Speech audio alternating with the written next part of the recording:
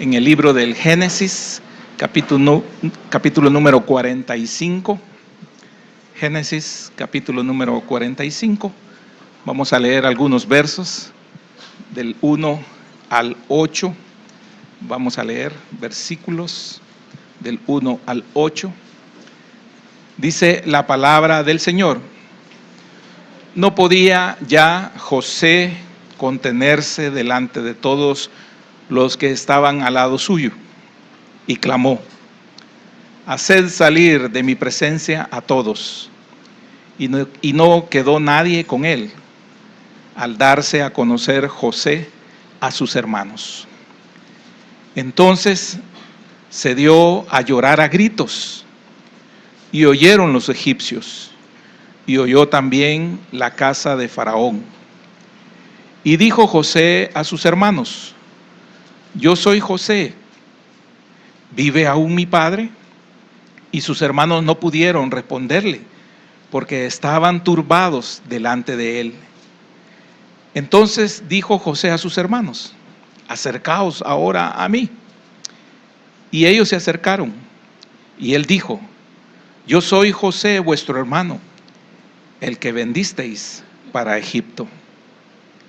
Ahora, pues, no os entristezcáis, ni os pese de haberme vendido acá, porque para preservación de vida me envió Dios delante de vosotros.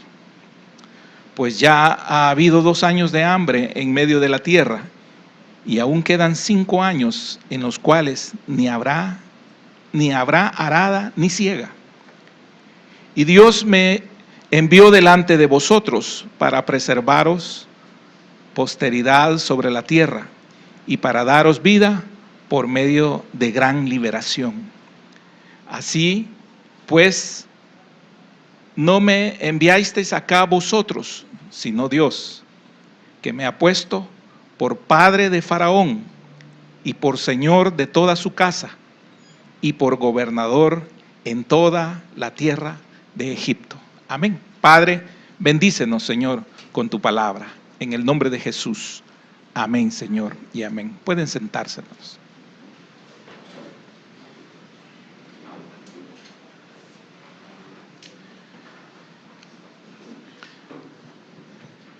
Al meditar en esta porción de la Escritura,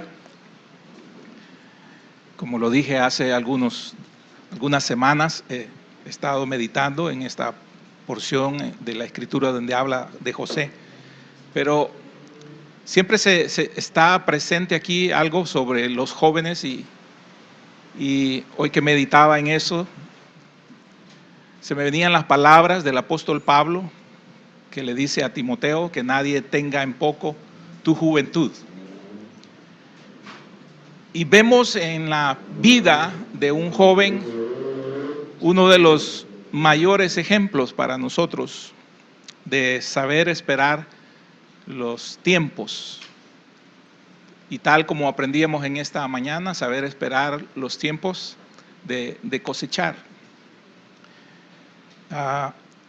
Creo que cuando uno ve hombres de Dios como José, como David, como el mismo Pablo, uno se da cuenta que si comparamos el grado de dificultad, el grado de dolor, el grado de sufrimiento, el grado de adversidades que ellos han pasado, nosotros no llegamos ni a un uñero en nuestras vidas.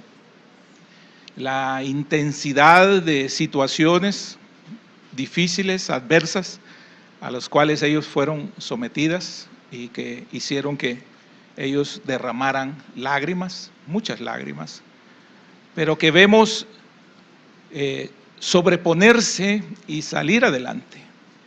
Y les mencionaba la vez anterior que su padre y su abuelo habían tenido una presencia muy preciosa con Dios, se les había manifestado, pero a José no se le manifestó de esa manera. Mas sin embargo, él nunca dudó de la existencia de Dios, del amor de Dios, de la grandeza de Dios, del poder de Dios, de los propósitos de Dios. Y decimos esto con toda seguridad porque en todo lo que podemos leer en los 5, 6, 7, 8 capítulos en donde se narra un poco la vida de él, no vemos que en él se manifieste un desaliento en contra de la voluntad de Dios o en contra de Dios. Aun cuando fue injuriado, cuando se mintió acerca de él para ir preso, no se ve eso. 17 años y llegar a ser en alguna forma aborrecido por sus hermanos, por el simple hecho de que él fue preferido. Grave error de su padre, pero él no era el culpable de eso. Pero no hizo eso un daño irreparable en la vida de este joven, de este niño. Es un niño, 17 años, un niño, que a pesar de haber sido vendido y a pesar de haber sido llevado en diferentes situaciones precarias, difíciles, pudo mantenerse. Y eso debe de alentar a los jóvenes, porque se ven jóvenes que en medio de la dificultad pueden soportar la dificultad. Aquí vemos ya jóvenes que han crecido dentro de la iglesia, que ya son hombres y mujeres ahora, y que pudieron mantenerse. Sobrepasaron toda tentación y creyeron en Dios. Tienen principios, tienen fundamentos que los han hecho ahora encarrilarse para ser hombres de bien, para ser mujeres de bien. Y así viene toda una nueva generación de ustedes que deben de tomar estos modelos. Que la adversidad no lo lleve al fatalismo, que la adversidad no lo lleve al conformismo, que las dificultades que ustedes puedan experimentar no lo lleve a rendirse. Por muy difícil que sea una situación, por muy difícil y grande que sea el problema, hay una esperanza de saber aguardar en el Señor el tiempo de Dios. Y esta es la historia de José dentro de este libro precioso, porque creció ante la adversidad, allí creció en medio de la adversidad y pudo llegar a ser, por medio de la ayuda de Dios, una persona importante. Cuando se dice en la Escritura, en lo que leíamos acá, que llegó a ser padre de Faraón, imagínense. Uno siempre lo vio como un gobernador o como un asesor, pero llegar a decir ese grado de responsabilidad, de preferencia también, significa que Dios honró de una manera inimaginable a un joven que quizás nadie daba 5 por él en un tiempo, ¿verdad? Creció, murió su madre cuando él estaba muy pequeño.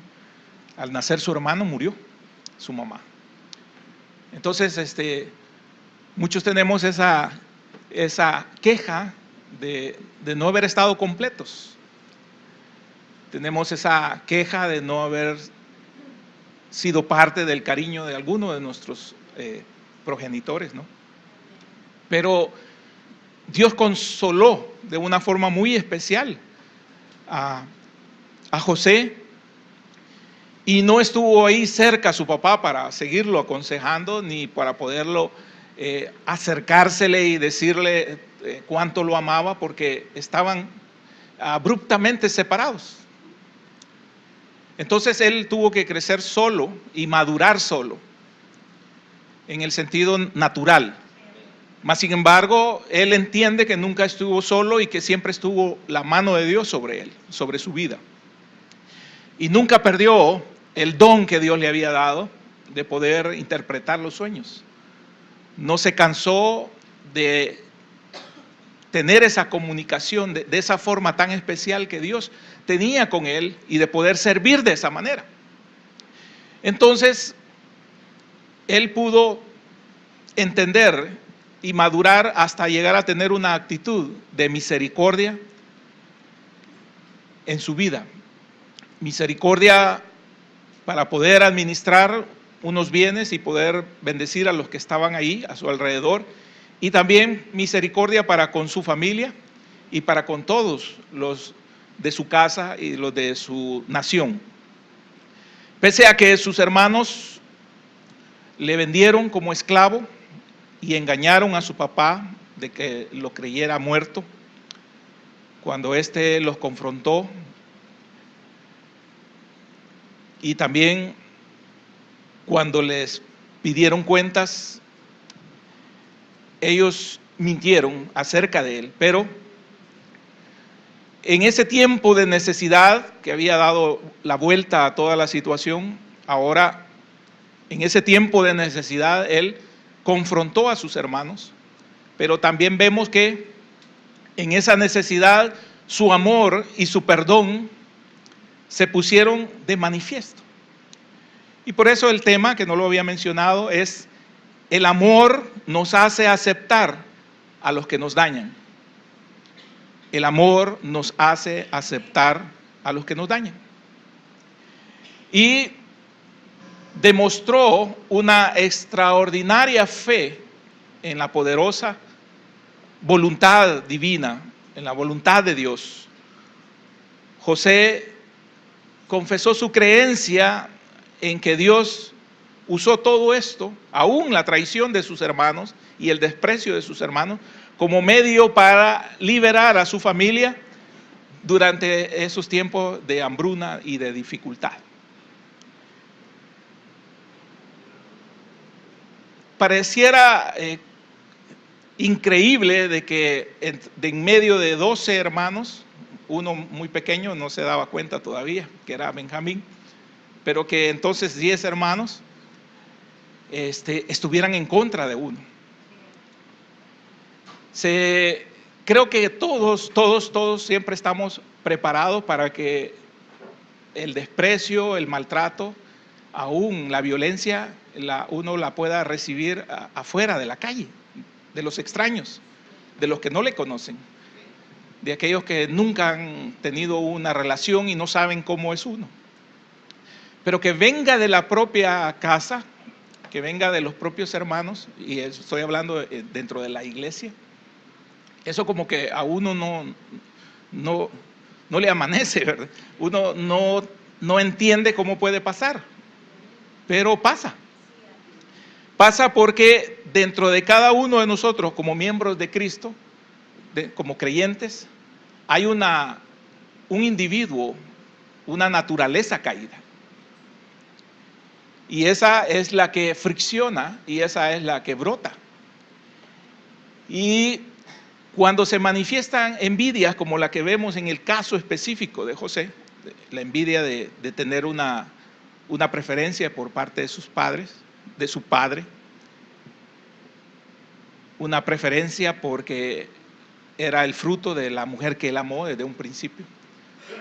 Entonces ya ellos grandes, ya sus hermanos muy grandes, veían eso y eso afectó el corazón de ellos. Y en vez de haberles afectado el ejemplo de su padre, la parte buena de su padre,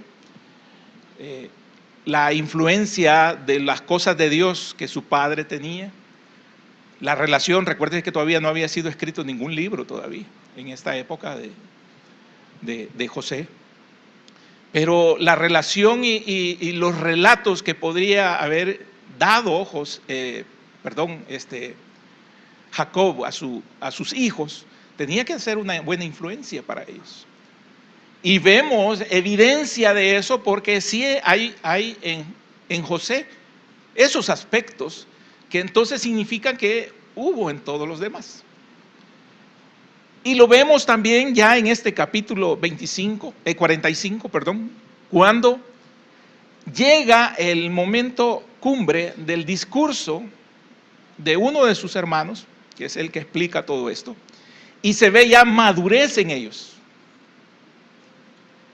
Ya habla de defender con su propia vida a sus demás hermanos, ya habla del amor entre hermanos, ya habla del amor a su padre, y que ya estaban pensando qué le podía pasar a su padre ya anciano, si se daba un fatalismo de perder a otro hermano, porque ellos recordaban haber perdido uno. Entonces, en ese grado de madurez que indagó por medio del Espíritu Santo, pudo indagar José en las diferentes pruebas que ahí se van mencionando, en las diferentes situaciones que ahí se van mencionando, José pudo ver madurez. Entonces ya no eran los mismos hermanos, pero no fue al principio así. Significó que el Señor tuvo que tratar en sus hermanos de una forma diferente a él. Entonces, el recolectar frutos, el poder recoger las gavillas, se da en nosotros de diferentes formas, y veo aquí dos formas muy claras. Una con las lágrimas que había experimentado José, pero sometido a la voluntad de Dios, y otros con muchas lágrimas también, pero con un trato muy diferente, con un trato muy diferente, todos sus hermanos, con un trato quizás mucho más largo, pero que al final cumple el propósito de Dios, y eso es lo que debe de animarnos a nosotros a continuar en esta caminata. Que si bien es cierto, Pablo lo dice también, que vamos a friccionar entre hermanos, pero que el propósito de Dios no nos descalifique, que el trato que tenemos en nosotros no nos descalifique del propósito de Dios. Porque si Dios permite esas situaciones difíciles, es porque de alguna u otra manera nosotros tenemos la madera, no la manera, la madera, la calidad para poder resistir. Pero manifiesta nuestra naturaleza de que necesitamos ser tallados, de que necesitamos ser esculpidos, formados. Y eso definitivamente es algo a lo cual no nos queremos nosotros someter. Entonces, vemos que sí se somete, no celebrando, porque no está celebrando José, me llevaron, me vendieron, no es eso. Hay tristeza en su corazón de saber que sus propios hermanos han hecho eso. Hay tristeza de no saber más de su padre por años, porque habla de los más o menos 17 años en la época esa, y luego los 7 años de la dificultad que hubo de la siembra para cuando viniera la escasez, 7 años de cultivo que él sugirió, y ya están pasando 2, o sea que anda 24, 26 años, casi 30 años, entre los 26 y 30 años, es todavía muy joven, pero ha madurado. Y entonces, él aceptó todo esto, se sometió a todo esto, no perdió las esperanzas en Dios. No habla de esperanzas de volver a ver a su padre, pero sí la esperanza en Dios. Hasta que Dios, en ese plan precioso y perfecto, vuelve a mostrar a la familia de él. Ocupa una necesidad y mueve por allá las piezas para que ellos vengan hasta donde José y puedan entonces tener ese reconcilio, que una necesidad los lleva a un reconcilio, pero ya vemos entonces a un hombre muy maduro, muy sabio, pero vemos a muchos de sus hermanos, en este caso casi todos, con una madurez también de la vida. Y eso se nota en algunas palabras que aparecen ahí, si el tiempo lo permite lo vamos a ver. Este relato también está cargado de esas emociones que son fuertes, profundas, y también de interpretación, porque José llega a interpretar que todas esas acciones pasadas eran planes futuros de Dios. Y esa es la luz de la revelación. José, la identificación de José sigue un proceso natural. Entonces él se empieza a mostrar ahí de una forma natural. Primero José despide a todos los que están ahí, que son empleados y que son, ahí hay traductores también, porque en el principio José está hablando en el idioma de los egipcios, porque él representa a una autoridad egipcia. Pero sacan a todos de ahí. Entonces, en ese asunto familiar es de mucha intimidad y de mucha emotividad. Entonces, así que se van afuera todos y ya José habla en el idioma de ellos. Entonces, por eso es que es más sorprendente para ellos ¿qué pasa? Habla mi idioma cuando él se manifiesta. Decía, no podía ya José contenerse. Ha pasado todo un proceso, como les decía. En el versículo 1 dice, no podía ya José contenerse delante de todos los que estaban al lado suyo, y clamó, haced salir de mi presencia a todos. Y no quedó nadie con él, al darse a conocer José a sus hermanos. Estaba solo el núcleo familiar, José y sus hermanos. Sacaron a todos. Entonces se dio a llorar a gritos, imagínense, qué tremendo para este hombre. Ya es un hombre, ya pasó de esa etapa de niño, de joven, pero ahora como hombre llora a gritos. Y oyeron los egipcios que estaban alrededor, y oyó también la casa de Faraón, imagínense. Y dijo José a sus hermanos, yo soy José. Y les da algo muy íntimo, que nadie, era una prueba irrefutable de que él era José. ¿Vive aún mi padre? Imagínense. Y sus hermanos no pudieron responderle, porque estaban turbados delante de él. Esa turbación llega por todo esa explosión ahí de revelación, de que José, de que es su hermano, de que no había muerto, de que hay emoción porque está vivo. Habían pasado con un cargo de conciencia muy grande toda su vida. Les habla en su idioma, entonces todo eso hace que en ese momento ahora ellos queden turbados. Y entonces les tiene que volver a decir en ese versículo número 4, entonces dijo José a sus hermanos, acercaos ahora a mí. Recuérdense que la vestimenta y la forma ahora es diferente, porque él está representando ahí a los egipcios. Pero cuando les dice que se acerquen, que quita todo protocolo, porque había una distancia a la que tenían que estar, él era una máxima autoridad. Entonces, romper ese protocolo para el acercamiento a ellos. Entonces, ya cerca les dice, yo soy José, vuestro hermano. Y mire qué tremendo, el que vendisteis para Egipto. Amén. Qué tremendo.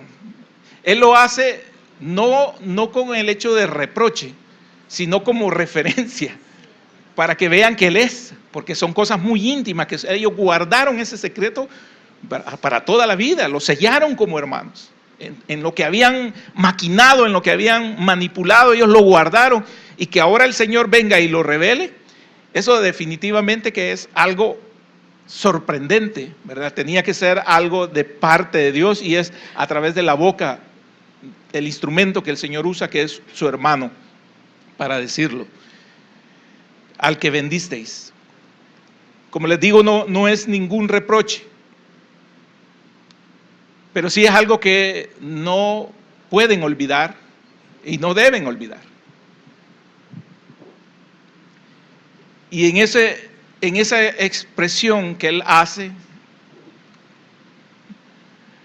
vemos que hay una identificación familiar de parte de él con sus hermanos. Enfatiza también el interés por saber de su papá, y al mismo tiempo ya no se identifica ahora como el gobernador, sino que como su hermano, del mismo padre. Yo soy su hermano, ya no soy el gobernador, soy su hermano. Él se está presentando acá como su hermano. Y José apela a esa identificación que está haciéndoles ahí, física y también sentimental, eliminando esa distancia también que los separa. Y entonces pronuncia esa frase tan temida de ellos, que era: José, vuestro hermano. Yo soy José, vuestro hermano. Y agrega: el que vendisteis para Egipto. Mire qué tremendo. Yo creo que cuando somos desnudados por la voluntad de Dios de esa manera, creo que no queda más que rendirse a la voluntad de Dios, al designio de Dios. Hace muchos años les contaba de que en un retiro al que estuvimos, algunos hermanos en Guatemala, en Retauleu, era la primera vez que yo participaba de un evento. Y me invitó mi hermano pastor y fuimos algunos hermanos. Y llegamos a un pueblo muy distante, Retauleu, no sabía yo, no conocía. Todo era nuevo para mí, el ambiente cristiano, la iglesia, la forma de reuniones. Ya había empezado a escuchar, ya tenía algún tiempo escuchando la palabra de Dios acá.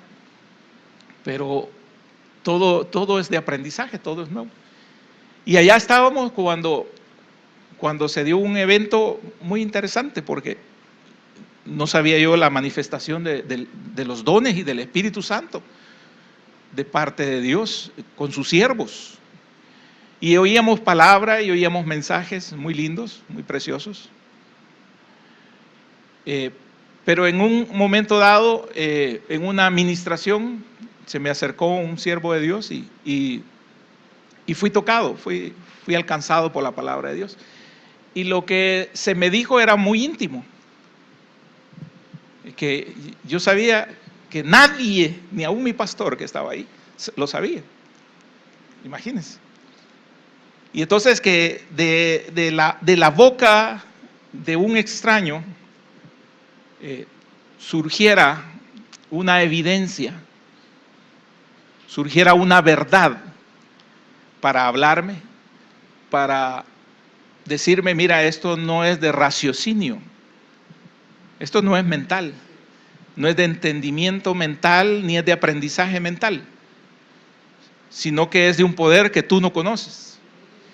Y creo que el Señor hace de esas maneras en aquellos que somos más incrédulos, no por el hecho de querer ser incrédulos, sino porque le damos más vueltas al asunto. Qué bendición los hermanos y las hermanas que tienen esa fe de creer rápidamente en las cosas de Dios. Qué bendición, ¿verdad? Porque hay una actitud de niño y en esa inocencia Dios premia de una forma. Pero habemos unos testarudos que nos cuesta más. Y entonces no era Gedeón pidiendo que el bellote estuviera mojado o no estuviera mojado, porque no era lo que yo pretendía, sino que yo estaba en mi propio mundo y lejos de las cosas de Dios. No estaba buscando de Dios en el sentido de recibir una revelación o de recibir una orientación o de saber que iba por el camino correcto y que esto es realmente el camino correcto y que esto es vida. No estaba pensando en eso. Estaba en un evento en donde circunstancialmente, digo yo, como humano, estaba ahí pensando que qué bonito. Se predica, se habla del Señor, se lee la palabra, se estudia la palabra, precioso. Pero que Dios tenga un mensaje para uno de una forma muy especial, definitivamente eso se cambia. Y que José, por medio de la guianza de Dios, le dijera a ellos: yo soy José, el que tú vendisteis a los egipcios. Era algo muy, muy personal para ellos. Entonces iba a sacudir la vida de ellos, en todos los sentidos. Pero les decía, es una conjugación de emociones, pero también de revelación que se está dando ahí, que cambia a la persona.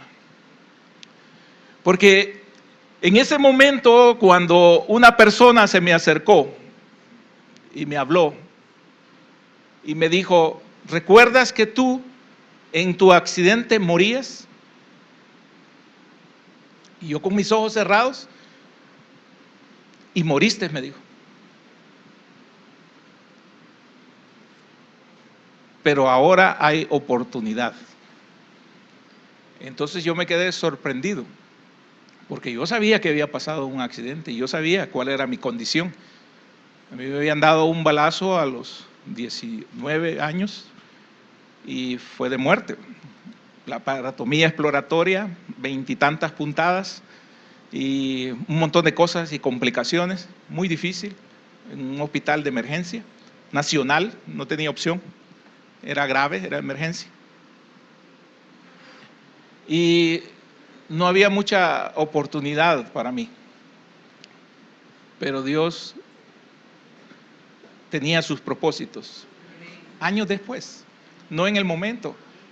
Ahí, yo me recuerdo que llegó una señora a orar por mí, y ya se los he dicho, llegó una enfermera una noche, yo estaba en cuidados intensivos, y llegó y era una enfermera cristiana porque se puso la mantelina y oró así, y yo ni me podía ni mover, tenía un rótulo aquí que decía nada por boca, y yo solo la veía así, y ella oró por mí.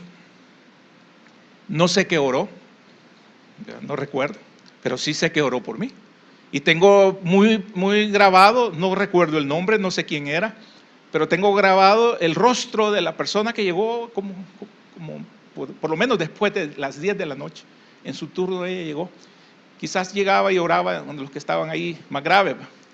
Y entonces oró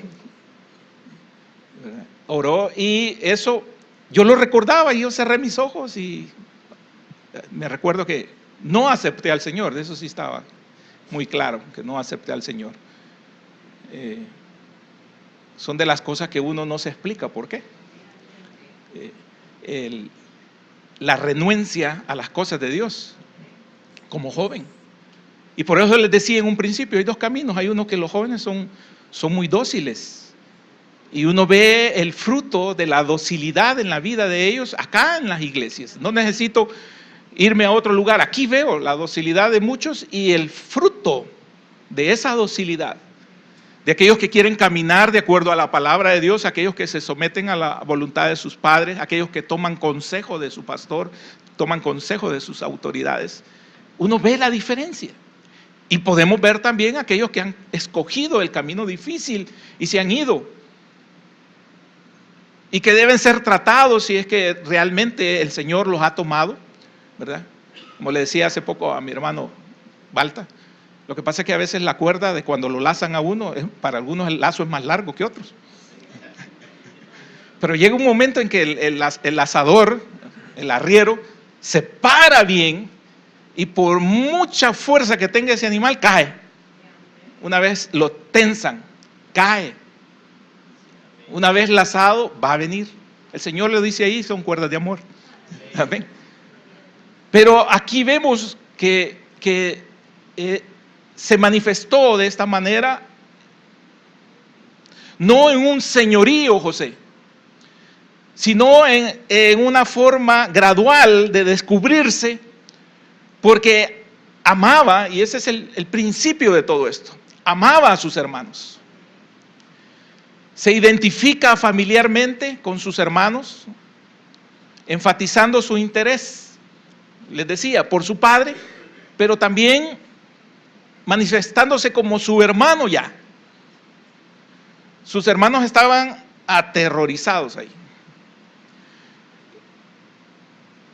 Estaban perplejos de ver a su hermano, a José, que se identificaba como tal, con el cual habían comido, con el cual habían tratado, con el cual habían negociado, etcétera. Pero le dice, vuestro hermano, el que vendisteis para Egipto. Amén. Ahí mismo, cuarto, les tranquiliza y les explica el verdadero significado de aquella acción.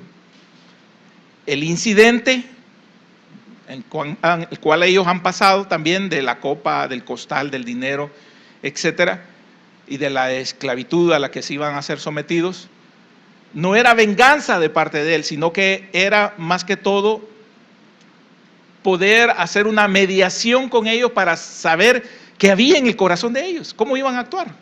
si realmente tenían interés en sus hermanos o si realmente tenían interés en su padre o en ambos, o si no les iba a importar dejar a otro hermano ahí. Pero se ve entonces esa madurez y José queda satisfecho. Queda satisfecho con la manifestación de amor fraternal que ya existe ahí. Entonces ve que la vida ha calado en sus hermanos. Y qué duro es que la vida cale en uno. Porque lo ideal sería de la otra manera, ¿verdad? La docilidad para llegar a las cosas del Señor y la docilidad en el trato entre hermanos. Pero muchos nos oponemos a eso. Y por eso es que somos tratados. Y aquí vemos entonces ahora que los tranquiliza, les explica el verdadero significado de aquella acción, les consuela, acepta los hechos, él, José, como voluntad de Dios, porque él dice que fue Dios quien lo envió a él de antemano a Egipto y le puso el cargo de responsabilidad para la preservación de la vida de todos, de toda su familia. Así les provee también un alivio en ese sentimiento de culpabilidad que ellos sienten por aquella consecuencia, por aquella acción.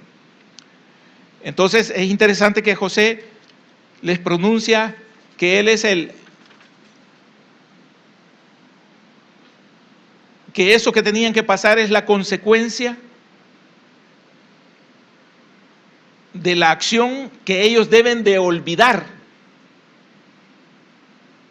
No la acción, porque él les dice, yo soy el hermano que ustedes vendieron. Y eso, usted no debe de olvidar lo que hizo, en ese sentido, para no volverlo a hacer. Pero las consecuencias sí, porque él les dice que Dios encaminó eso para beneficio de ellos. Esa culpabilidad de consecuencias sí se debe de olvidar, pero no la acción que hicieron. Ese acto de venta de su hermano, eso no se va a olvidar, aunque se perdone. Entonces dirige toda esa atención ahora hacia la tierra de Canaán, donde están, y hacia el futuro de ellos al ser traídos, que en este momento todavía no se ha dado. Entonces, porque les menciona más adelante que quedan todavía 5 años de dificultad, de calamidad económica en el sentido de alimentación. Para poder sobrevivir necesitan llegar a Egipto. Entonces se les va a garantizar por medio del faraón el territorio, los pastos para los rebaños y toda esa tierra del Gosén que es ofrecida más adelante. Ahora, cuando los hermanos de José quisieron deshacerse de él, Dios se valió de aquel acto que era perverso de parte de ellos para cumplir un propósito divino. Dios va a utilizar y utilizó así a José para preservar la vida de la familia de Jacob y de salvar a Egipto y preparar el camino de inicio de la nación de Israel. Lo que usted no debe perder de vista, joven, y también nosotros adultos, es que Dios es soberano. Dios es soberano. Porque a veces uno puede decir, y ya lo hemos mencionado acá también, ¿por qué a mí? ¿Sí? ¿Por qué a mí? Yo lo he dicho. ¿Por qué a mí? Porque a mí me pasa esto. Porque a mí me tenía que pasar esto. ¿Por qué lo permitiste, Señor? Quisiéramos que le pasara a otro, pero no a nosotros. Eso estamos diciendo. Quisiéramos un cuidado especial nosotros y no nos importan los demás. Hay cierto egoísmo ahí cuando lo decimos. Que es que es tan difícil nuestro ser. Nuestra alma es tan difícil. Hay cosas allí, incluso en nuestras oraciones, porque se recuerda aquel hombre que oraba de pie y que decía que te doy gracias, Señor, porque no soy como este otro que está aquí. Él no lo hacía con mala intención en el sentido de presentarse. Él creía que lo hacía de una forma sincera delante de Dios, pero menospreciaba. ¿Y cuántos hacemos cosas en nuestro servicio, en nuestro caminar, en nuestro diario vivir, en nuestro trato con nuestros hermanos, que en el fondo lleva eso? Un acto de egoísmo, una acción egoísta. En ese acto, en esa acción que nosotros manifestamos, no encontramos la voluntad de Dios. Nosotros no encontramos la voluntad. Por eso les decía, Dios es soberano. Amén. Si usted me acompaña ahí siempre en Génesis, 5 capítulos más adelante, en el 50, capítulo 50, versículo número 20.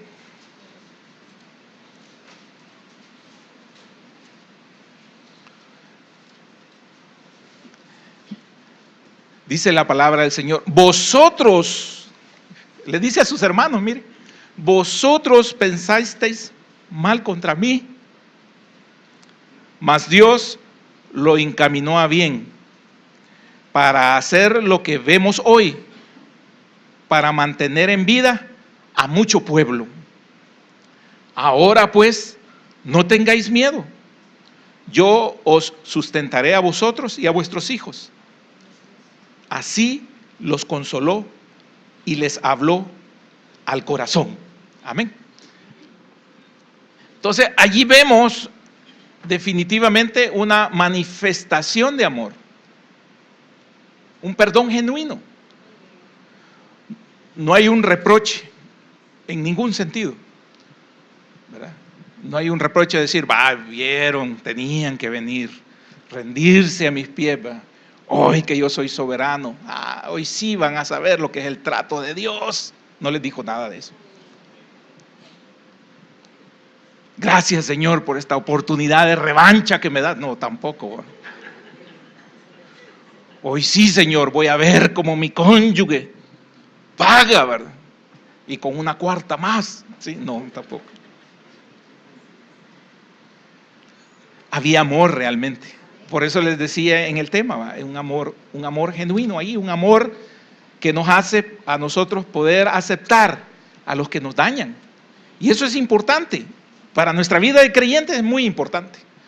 Porque si no, rápidamente nos descalificamos.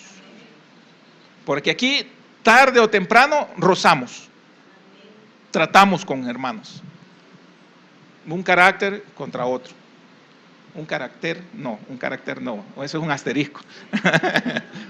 Un carácter contra otro. Una personalidad contra otra. Y habemos muchos de allá viroleños, porque somos difíciles. No alqueños, pero difíciles que somos. Entonces, no se puede, ¿va? Es difícil. Pero aquí vemos entonces que José interpreta eso perfectamente, hablando de que es Dios quien encaminó todo. Dios permitió todo. Y lo permitió para beneficio de ellos mismos. Porque en todo esto no vemos que José estuviera buscando la gloria. No vemos a José encaminándose o perfilándose como un candidato para llegar a tener poder y gobernar. No lo vemos. Es Dios quien lo pone ahí. Es Dios quien lo bendice. Es Dios quien los prospera. Es Dios quien los salvaguarda la vida. Para que un día él pudiera, estando ya en una posición de bien, de bienestar, de poder ya recolectar ese fruto, la gavilla, de poder tener toda esa bendición a su disposición, poder encaminar esa bendición, para beneficio de sus hermanos, para beneficio de su familia, para beneficio de su pueblo. Y eso hay que entender, porque el don de Dios, la bendición de Dios, el regalo de Dios es para eso justamente, para poder llegar y bendecir a otros, para poder llegar y bendecir a aquellos que lo necesitan. Que Dios nos prospere, que Dios nos dé algo es justamente para podérselo dar a otros, para bendecir a otros. Y José lo entendió perfectamente y dijo, no, pasé dificultades, pasé muchas dificultades, pero Dios lo encaminó para poderlo bendecir. Amén. Y quiero terminar con esto. La presencia del amor que manifiesta aquí José, fíjese bien, la presencia del amor afirma a otros. Cuando usted tiene amor, la presencia del amor en usted afirma a otros. O sea, otros lo ven y comprenden lo que usted hace, lo que usted es. Y entonces usted bendice a ellos y los afirma. Es decir, ellos llegan a comprender que eso es lo correcto. Que Dios está ahí en eso. Y también la presencia de amor en usted también le da un aspecto, fíjese bien lo que voy a decir, destructivo a su carácter, por el hecho de moldear. Porque usted es como es, pero cuando llega el amor de Dios, cuando llega Dios mismo a usted a través de la salvación, cohabita en su corazón, entonces Él comienza a derrumbar de adentro hacia afuera muchas cosas que nosotros tenemos y somos. Y por eso, tarde o temprano, en ese progreso que Dios va haciendo dentro de nosotros, en esa transformación que el Señor va haciendo dentro de nosotros, vamos notando que ya no somos los mismos. Amén. Podemos notar que no somos los mismos, que hay muchas cosas que antes no soportábamos y que hoy ya soportamos, que hay muchas cosas que hacíamos y que hoy ya no las hacemos.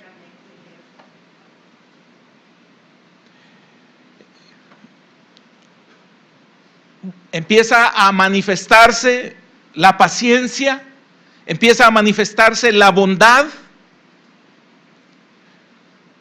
que es la misericordia, que son parte del carácter de Dios que Él ha puesto en nosotros. Entonces empieza a manifestarse eso de una forma diferente a la que nosotros pensábamos, porque nuestro amor era interesado. ¿Sí? Nosotros teníamos un amor interesado. Amo al que me ama. Si este no me ama, no lo amo. Saludo al que me saluda. Si este no me saluda, no lo saludo. Etcétera, etcétera, etcétera. Entonces, eso empieza a quebrantarse y empieza ahora a brotar lo que verdaderamente importa. El carácter de Cristo empieza a brotar. No en la perfección en nosotros, porque sigue cohabitando en una naturaleza que se resiste al cambio, que se resiste a morir, es cierto, pero que poco a poco va transformándonos a nosotros y aunque no lo vemos bruscamente un cambio, ha comenzado un cambio en nosotros. Quizás para unos un cambio es más progresivo, es más rápido, pero quizás para otros es más lento. Pero hay un cambio, desde el momento mismo en que nosotros nos damos cuenta de que ya no somos igual, ya no pensamos igual, ya no actuamos igual. A veces nos damos cuenta de que antes éramos reaccionarios, muy violentos, muy rápidos. Y de repente nos damos cuenta de que ya no reaccionamos. A veces ni entendemos la ofensa. Y hasta después nos damos cuenta, ¿y qué pasó? Y es que el Señor nos ha puesto tardos en eso, de no entender la ofensa, justamente para que ya no seamos reaccionarios, o sea, nos dicen y hacemos, ¿verdad? Ay, conmigo no va a haber, como dicen uno, no hay rana que me pregue 3 brincos.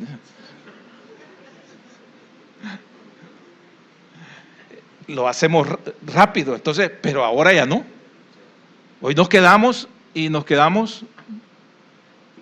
y hasta después, ¿y qué pasó? Ah, eso me dijeron, sí. Ah, bueno, ya eso me dijeron. Es el Señor actuando en nosotros, ¿verdad? En la misericordia de Dios de ir poniendo ese freno y ese cabestro a una naturaleza, ¿verdad? Berrinchuda, difícil. Eso nos hace entonces ahora con el amor, con ese amor, evitar la envidia, la arrogancia, la ira, el mal. Entonces el amor de Dios, este es el amor de Dios, es el mismo que menciona allá el apóstol Pablo en la carta a los Corintios, en la primera carta a los Corintios. Ese amor agapoe, ¿verdad? Donde provee una estabilidad ecuánime, lo pone al centro a usted. Ya no anda con esos desvíos de oscilatorios de para arriba y para abajo, sino que le da una ecuanimidad, una estabilidad consciente de cuál es su rol como creyente. Y hace un cambio en su inconsciente, en su subconsciente,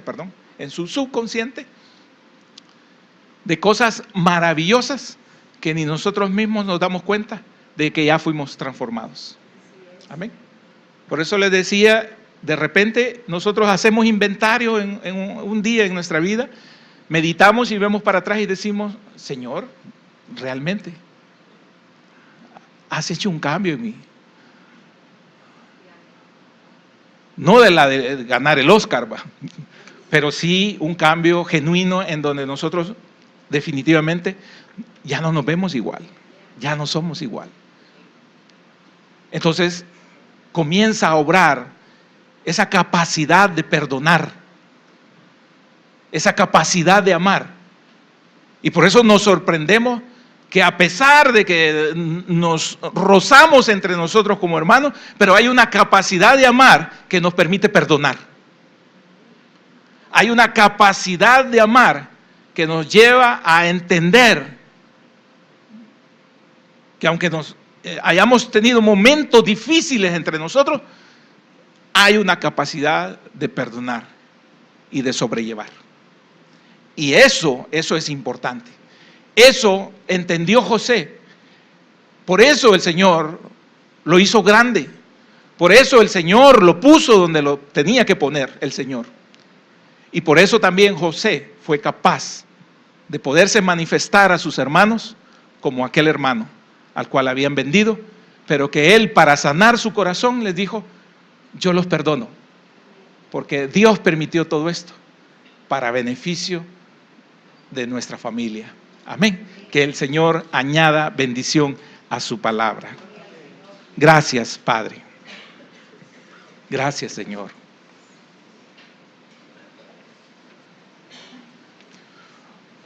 Un momento muy, muy importante en nuestra reflexión.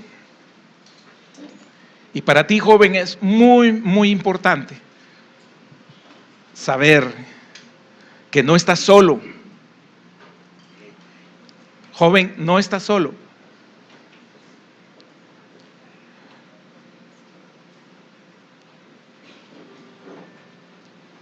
Has sentido desfallecer, has sentido morir. Has sentido que Dios te ha abandonado. No es así. Debes afirmarte con esas palabras del apóstol Pablo, que nadie tenga en poco tu juventud. En el sentido de que si tú estás aferrado a Dios, bajo la voluntad de Dios, bajo la sombra de Dios, del Dios omnipotente, Aunque en este momento estés en una situación difícil, emocionalmente difícil, que ni tu padre ni tu madre entienden. No es con miseria lo que necesitas, no es lástima, porque debes entender que eres un hijo de Dios, eres una hija de Dios. Y que aunque tú no entiendas qué pasa hoy, y aunque tú hoy camines con lágrimas en tus ojos, la caminata se te haga eterna, que sientas que es un valle de sombra y de muerte, no debes de olvidar que el Señor está allí. El Señor está contigo. El Señor te guardará, te preservará. Y no solo te va a preservar, te va a sacar adelante con bendición. Y vas a poder ver el fruto y disfrutar del fruto de la bendición de Dios en tu vida.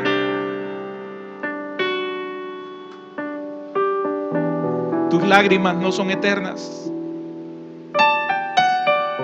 Y las lágrimas que te esperarán serán de gozo, de reencuentro. Tus lágrimas al final del camino serán de dicha.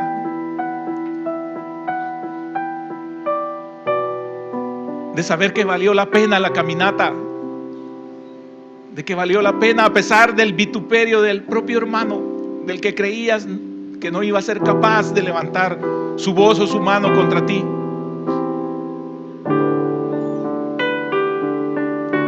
Dios te preserva. Y oye bien, hermano, quizás algunas cosas ni sepas de lo que se ha dicho de ti o en contra de ti, pero el Señor ha sido tu escudo. El Señor te ha guardado. Él ha sido tu roca horadada. Él ha sido tu torre fuerte. Y mejor así, que aún no sepas qué pasó. Pero el Señor sí, Él lo sabe. Y por eso te bendice y por eso te honra.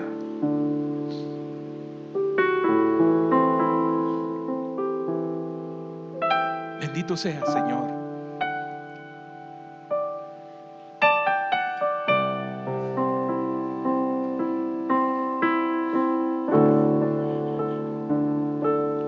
¿Cómo expresar tu amor por mí? ¿Cómo explicar lo que has hecho tú por mí?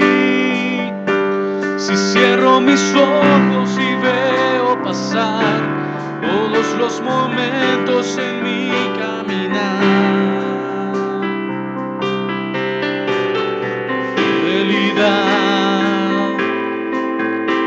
nunca se apartó, fidelidad, Señor. ¿Cómo expresar tu amor por mí? ¿Cómo explicar lo que has hecho tú por mí? Si cierro mis ojos y veo pasar todos los momentos en mi caminar, fidelidad nunca se apartó, fidelidad, Señor. Fuiste mi luna y mi sol en mis momentos de clamor, cuando me alejaba de ti. Siempre estuviste cerca de mí y guardaste mi alma. Nunca estuve solo, siempre estabas conmigo. Yo nunca estuve solo, siempre estabas conmigo. Fuiste mi luna y mi sol, en mis momentos de clamor, cuando me alejaba de ti. Siempre estuviste cerca de mí y guardaste mi alma. Nunca estuve solo, siempre estabas conmigo. Yo nunca estuve solo, siempre estabas conmigo. Sí, Señor, gracias por tu palabra, Padre. Señor, porque nos muestras a través de la vida de tu siervo José, Señor. Padre, que para ti no hay nada imposible y que en ti, Señor, estamos seguros.